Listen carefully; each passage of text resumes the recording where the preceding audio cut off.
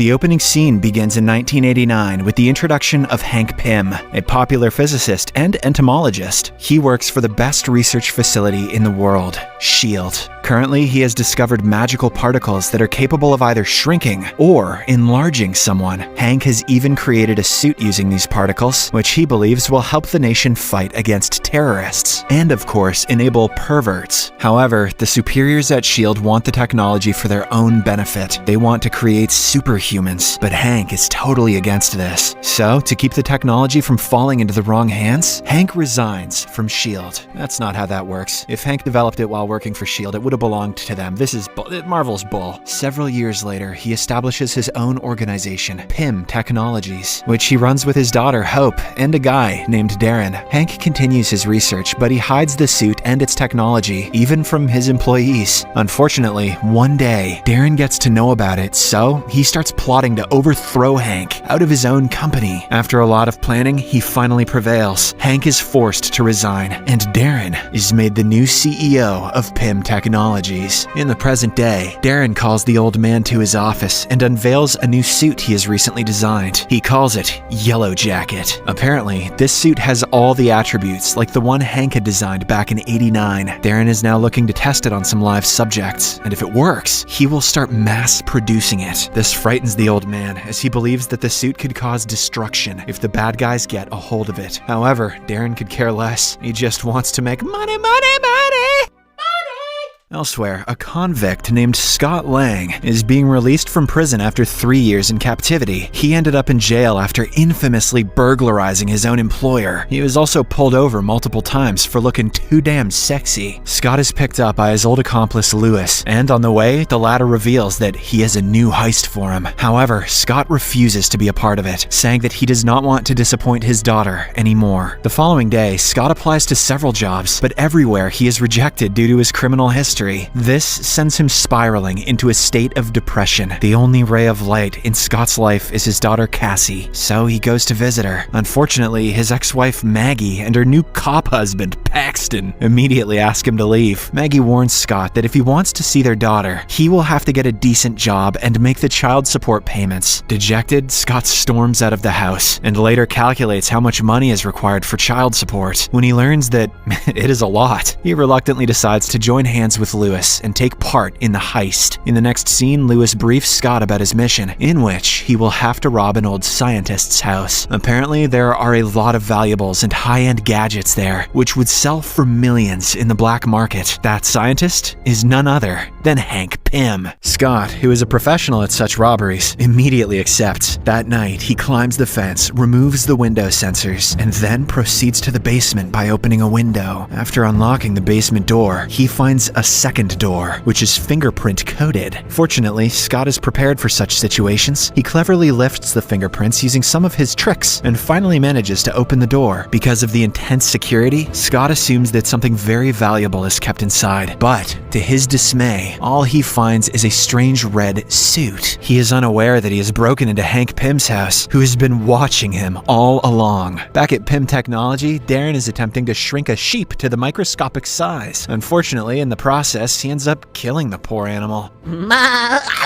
The experiment is deemed a failure, but Darren is determined to carry on with the tests. Elsewhere, Scott returns home with the suit and tries it on inside the bathroom. He then presses a red button on his hand, and as soon as he does so, he suddenly shrinks to the size of an insect. To make matters worse, Lewis enters the bathroom and turns on the fap. What? Oh, the tap, creating a tsunami for the little guy. Scott desperately tries to press the button on his other hand, hoping that it will revert him back to his original form, but to no avail. So he simply makes a run for it and ends up falling through a crack. Scott lands on the lower floor where hundreds of people are enjoying a party. He somehow avoids getting trampled, but once again falls through a crack and reaches another room. There, he is sucked inside a vacuum cleaner, chased by a rat, and launched by a mousetrap. At last, he smashes through the window and lands on top of a car. The impact finally reverts him back to his original size. Confused and scared by the incident, later that night, Scott decides to go back inside the compound to return the suit. suit. But just as he jumps inside, he is surrounded by cops. Scott is arrested and taken to jail, where Paxton tells him that he is once again disappointed his daughter. Shortly after, another cop arrives and informs Scott that his lawyer has arrived. This surprises the latter, as he never contacted any lawyer. When he goes to check who it is, he finds the scientist, Hank, waiting for him. The old man reveals that he has been monitoring Scott ever since he got out of jail. He purposely spread the rumor that his house contained valuables so that Lewis would be lured to it. In fact, he wanted Scott to steal the suit and try it on. Saying all this, Hank gives Scott two options. He can either waste his years in prison, or he can embrace the suit and work for him. As Scott returns to his cell, confused, an army of ants suddenly arrives with the suit. He doesn't think twice and puts it on, and the next second he shrinks in size like earlier. Scott then escapes the prison, and outside a flying ant is waiting for him. He immediately mounts it and tries to ride it through the streets, but because of the high speed, he feels nauseous and passes out. The next morning, Scott wakes up at Hank's house with Hope and a bunch of ants looking over him. Later, the old man summons him to the dining room and reveals that he was chosen because of his unique skill of sneaking into places undetected. Hank then tells Scott everything about the history of the suit and even explains how he plans to stop Darren with it. But for that, he wants Scott to go to Peña Technology and steal the Yellow Jacket. While he's there, Scott will have to erase all the records of the research so that Darren can never replicate the tech again. Elsewhere, at Peña Technologies, Darren finally manages to shrink a sheep to the size of an insect. Hope witnesses this and becomes worried, so she immediately informs her dad about it. Meanwhile, Scott believes that the mission is too dangerous, so he advises the old man to seek help from the Avengers. However, the latter refuses, saying that he doesn't want the technology to fall into the hands of Tony Stark. He mentions that he is doing this for the sake of mankind, and this finally convinces Scott. So, he starts training himself for the mission by practicing martial arts and learning the ability to control ants. He also works on his timing by shrinking and growing back multiple times. In one instance, he tries to become even smaller by altering his suit, but Hank stops him. The old man claims that if he shrinks any more, he will reach subatomic size and enter the quantum realm, where reality and the notions of time and space are irrelevant. Once he reaches this realm, there is no coming out of it. Hank knows all of this because in the year 1987, his wife Janet also made the same mistake. During a mission, she shrunk her size more than she should have, and to this day, she has been trapped inside the quantum realm. For the first mission, Scott is asked to retrieve a piece of equipment that he will require in the mission. The only problem is that this equipment is guarded inside the Avengers headquarters. Despite this, Scott heads to the location, where he encounters the Falcon, Sam Wilson. At first, he politely asks for the equipment, but when the Falcon refuses, they get into a fight. It goes on for several minutes, but in the end, Scott shrinks in size, enters the Falcon's suit, and destroys it from the inside. After this, he retrieves the equipment and makes a run for it. Later, as Hank and Scott are discussing their next move, Darren arrives there. He informs the old man that he has successfully tested his suit and is going to sell it to a buyer. The transaction is going to be held in a high-security building, where even the vents will be sealed with microscopic mesh. Before leaving, the cocky Darren invites Hank to witness the sale. Hearing all this, Scott realizes that the mission is going to be tougher than expected, so he calls Lewis for help. In the next scene, the group carries out the necessary arrangements and gets ready to steal the Yellow Jacket. Lewis disguises as a security officer and reduces the water pressure inside the water pipes. Using this opportunity, Scott manages to sneak inside the building, along with his ant friends. On the other hand, the buyer arrives, and he is revealed to be an executive from Hydra, a notorious underworld corporation. If the Yellow Jacket falls into their hands, humanity will be at a serious risk. Meanwhile, Scott enters the server room to plant a bomb in the system. At first, he directs his ant friends to damage the building's security system and burn all backup data. Once that is done, Scott heads to the transaction room and prepares to steal the Yellow Jacket. However, when he lunges at it, Darren arrives in the nick of time and traps him inside a glass cage. It turns out he was well aware of their plan and had been tracking Scott for some time. Darren then brings out a gun and prepares to finish Hank off. But right then, Scott breaks free and unleashes a brutal punishment on the Hydra agents. While this is happening, Darren shoots Hank in the chest and then aims for Scott, but the resilient ants show up and prevent him from pulling the trigger. Realizing that he is going to be defeated, Darren somehow retreats with the bag, carrying the Yellow Jacket. After a while, Scott also incapacitates all the Hydra agents and goes after him. Meanwhile, Meanwhile, the bomb that was planted in the server room is about to explode, so Hank gives his tank keychain to Hope and asks her to enlarge its size. As soon as she does so, the father-daughter duo escapes the building right before it caves in. Elsewhere, Darren escapes the place in a helicopter, but soon he notices an army of ants approaching him. It turns out that Scott was also able to board the helicopter. Panicked, Darren brings out his gun and begins shooting at him, but due to Scott's tiny size, none of the bullets connect. Hence, with no options left, Darren puts on the yellow jacket and shrinks to the size of Scott. With this, the two tiny humans start battling it out for supremacy. Soon, they fall out of the helicopter and land in a pool, but the fighting doesn't stop there. Scott somehow manages to throw Darren into a light bulb and electrocute him, but just when he is about to finish the bad guy off, Paxton arrives and arrests him. After they are gone, Darren wakes up and decides to exact vengeance on Scott by going after his family. Meanwhile, as Paxton is leading Scott to the police station, he is informed that someone has broken into his house. Wasting no time, the two head there and discover Darren holding little Cassie hostage. This enrages Scott, so he once again shrinks in size and starts fighting the bad guy. But no matter how hard he tries, Darren keeps repelling his attacks. This is when Scott realizes that in order to defeat the Yellow Jacket, he will have to get inside of it by shrinking himself even further. He knows that there is no coming back, but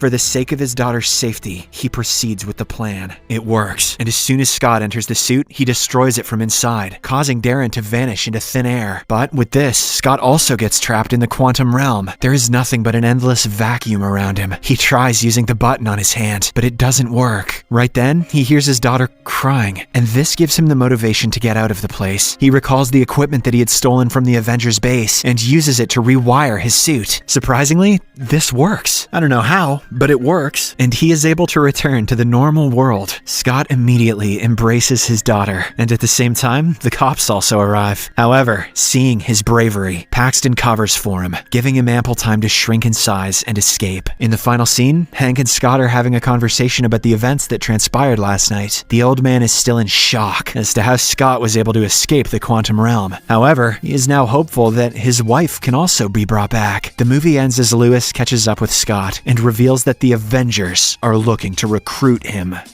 Subscribe for more videos like this, turn on notifications, and leave a like to help the channel out.